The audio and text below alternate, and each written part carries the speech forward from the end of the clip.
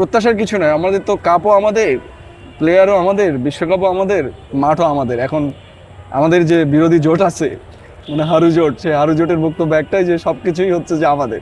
তো যেহেতু সব কিছু আমাদের, সুতরাং আমরা কোনো টেনশনে নাই। টেনশনে আছে আমাদের বিরোধী জোটরা যে আসলে কি হবে কালকে। আমরা কোনো টেনশনে নাই, আমরা গতবার বিশ্বকাপ জিতেছি, এবারও অনায়াসে ইনশাল্লাহ আমরা পার হয়ে যাবো। সুইজারল্যান্ডকে, আমরা ডিফেন্ডিং চ্যাম্পিয়ন, তো সুইজারল্যান্ড কেন, আমাদের সব ল্যান্ডে আমাদের কোনো অসুবিধা নাই। উইডেন ফেয়ার আর কি, মানে আমরা খেলা দ্বারা সেটা প্রমাণ করেছি, তাই না? এখন এখানে দেশগুলো তো ম্যাটার করে না, আসলে সব দেশই অসাধারণ ভালো খেলছে। আপনি কেপ ভার্দের খেলা দেখলে ওইটা অসাধারণ ছিল, মিশরের খেলাও কিন্তু অসাধারণ ছিল। রূপায়ণ lake castle, welcome to the land of piece. ফলে যারা বিশ্বকাপ খেলতে যায় সবারই আসলে পটেনশিয়াল আছে, তো ওইটা আমাদেরকে অ্যাডমিট করতে হবে যে সুইজারল্যান্ড কি কে এটা আমাদের ম্যাটার করে না।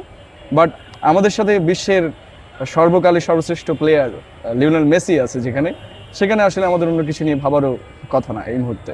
এটা হচ্ছে বাংলাদেশের যে একটা সেন্টিমেন্ট আছে না, তারা মনে করেন যে নিজের পরীক্ষা দিয়ে আসার পরেও আবার সন্দেহ করে যে প্রশ্নটার উত্তর দিয়েছে কিনা, বাসার নিচে এসে চেক করে যে আসলে তারাটা মেরেছে কিনা। তো এই যে সন্দেহবাদিক জাতি, সে প্রতিবার বলে ইলেকশন রিগড হয়েছে, তাই না? যে ইলেকশনে যেই হেরে যায়, আপনি অলমোস্ট লোকজনকে দেখবেন হারার পরে বলে যে ইলেকশন রিগড হয়েছে। সবাই, এমনকি সবচেয়ে ভালো ইলেকশনের ক্ষেত্রে এটা হয়। তো যারা এটা মনে করে তাদের কাছে ফিফাও রিগড হবে, তাদের কাছে পৃথিবীর সবকিছু রিগড। ও হচ্ছে একমাত্র সাধু সন্ন্যাসী এবং পৃথিবীর একমাত্র জ্ঞানী ব্যক্তি। সেই হিসেবে আমরা আসলে জ্ঞানীদেরকে আসলে মজা করা উচিত না। সুতরাং বাঙালিরা যেহেতু মনে করে ফিফা রিগ করছে, সুতরাং ফিফা রিগ করছে, কারণ ওইখানে খেলার মতো যোগ্যতা বাঙালির নাই। তবে আমি আশা করছি যে এবারে তাদের এই প্রতিভা ফেসবুকে দেখার পরে ফিফা আগামীতে এদেরকে নিয়োগ দিবে ফিফার জাজমেন্ট বোর্ডে, আসলে এই রেফারির দায়িত্ব মনে হয় বাংলাদেশের লোকজন পেতে পারে। এটার মধ্যে দিয়ে আমাদের কিছু লোকের কর্মসংস্থান যদি হয়, তাতে বেশ ভালো কাজই হচ্ছে। আরও এটার একটা ব্যাপার আছে, কন্টেন্ট ক্রিয়েটার যারা, তারা বেশ কিছু ডলার এটার মধ্যে দিয়ে গালাগালির ভেতর দিয়ে একটা ইনকাম হয়, আপনি জানেন, এটা প্রচুর ভিউ হচ্ছে। এই যে পক্ষ বিপক্ষ করে এই যে খেলার মধ্যে দিয়ে যে আমাদের একটা কর্মসংস্থান হচ্ছে, এটা বিপুল জনগোষ্ঠীর, এটাতে আমি বেশ আনন্দিত। এর বাইরে আসলে ফিফা লিগ নিয়ে আমার কোনো কিছু বলার নেই। আমাদের ডেডিকেশন আছে, কারণ আমরা অনেকদিন ধরে দলটাকে সাপোর্ট করি। ওটার বাইরে যদি আমরা নন জাজমেন্টাল জায়গাতে আসি, তাহলে আমরা বলবো যে আর্জেন্টিনা কিন্তু গতবারের চেয়ে খুব ভালো খেলছে না।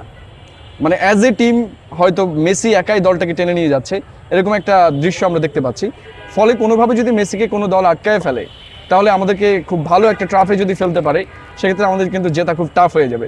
সেক্ষেত্রে আমরা কেপ ভার্দের ক্ষেত্রে দেখেছি, প্রথমে যখন তারা ডিফেন্স ক্রিয়েট করে মেসি তার পজিশন চেঞ্জ করার পরে কিন্তু আসলে খেলাটা ঘুরে গিয়েছে। ফলে আমাদের মনে হচ্ছে যে যত দিন যাবে, আমাদের সুইজারল্যান্ডের সাথে অনেকের কাছে এটা আমাদের বিরোধী জোট, তারা মনে করে যে কেপ ভার্দে কোনো টিমই ছিল না।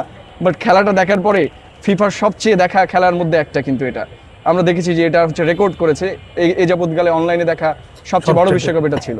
তার মানে কেপ ভার্দে কিন্তু অসাধারণ খেলেছে। এরকম সুইজারল্যান্ড আসলে কি করবে, মাঝখানে মিশর, হ্যাঁ মাঝখানে মিশর যে অসাধারণ খেলেছে। সুতরাং আমরা সুইজারল্যান্ডকে দুর্বল প্রতিপক্ষ মনে করছি না, বরং আমরা ফ্রান্সের চেয়ে শক্তিশালী প্রতিপক্ষ মনে করছি। তবে পেনাল্টি আমাদের জন্য নাকি বোনাস দেওয়া হয়, তো এইটা জানতে জানতে দেখলাম হঠাৎ করে ফিফা পেনাল্টি একটা দলকে, দলের নাম বলবো না, তারা হলুদ দল, হলুদ পাখিদেরকে ডাবল পেনাল্টি দিয়ে বসে আছে একটা খেলার মধ্যে। তাও তার মধ্যে একটা মিস, আর একটা কোনো মতে দিতে পারছে, তাতেও জিততে পারে নাই, এবং ফাইনালের আগেই আউট।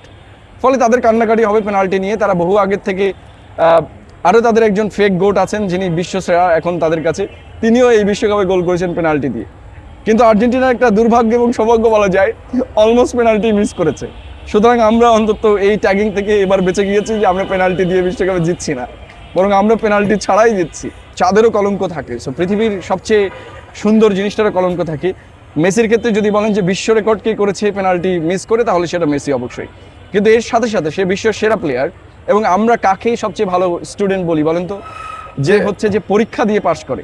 এখন যে কোটা দিয়ে পাশ করবে, সেটাকে আমরা ঠিক যত ভালো স্টুডেন্টে হোক না কেন, আমরা আসলে কোটাটাকে সবসময় নিতে চাই না। আপনি যদি বিশ্ববিদ্যালয়ে প্রথম হন, তাহলে আপনি নিশ্চয়ই কোটা নিতে চাইবেন না, রাইট? আপনি বলবেন যে আমার কোটার ফর্মই পূরণ করার দরকার নেই, সেক্ষেত্রে আমি এমনিই প্রবেশ করতে পারবো। সেক্ষেত্রে আমাদের মতো দলের মেসির জন্য আসলে পেনাল্টির দরকারই নাই।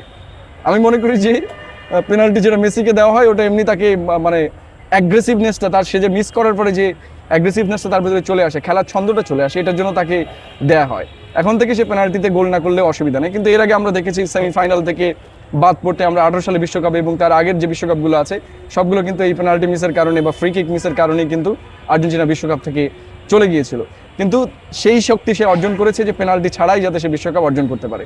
আপনার যখন কলঙ্ক থাকে তখন মানুষ কি করে? ওইটাকে ঢেকে রেখেই সে বাকিটাকে ডেভেলপ করে। সো আমরা এটাই আশা করি আর্জেন্টিনার কাছে যে সে পেনাল্টি ছাড়াই জিতে আসবে। এই যে পেনাল্টি মিস, এটা তার জীবনে একটা কি নিয়ে আসছে, আলাদা সৌভাগ্য নিয়ে আসছে যে ভবিষ্যতে সে আরো ভালো করতে পারবে। আর সব মিলে আপনার প্রেডিকশন কি? আমার প্রেডিকশন এবার আমরা ওয়ার্ল্ড কাপ জিতছি। অলরেডি আমরা কাপ কিনে রেখেছি অনেকের মতে, যেভাবে টিএসসি চায়ের দোকানের কাপগুলো আমাদের, ঠিক ওরকম কাপটাও আমাদের, চাও আমাদের, মাঠও আমাদের। মানে বাকি যারা আছে তারা ফেসবুকে দৌড়াদৌড়ি করুক, এটা নিয়ে কোনো অসুবিধা নেই, কাপ আমরা বাড়ি নিয়ে যাব। মানে গোল কত হতে পারে সুইজারল্যান্ডের বিপক্ষে? এটা প্রেডিকশন ঠিক দিতে পারছি না, তবে আমার যেটা মনে হয় যে 3-1 হতে পারে।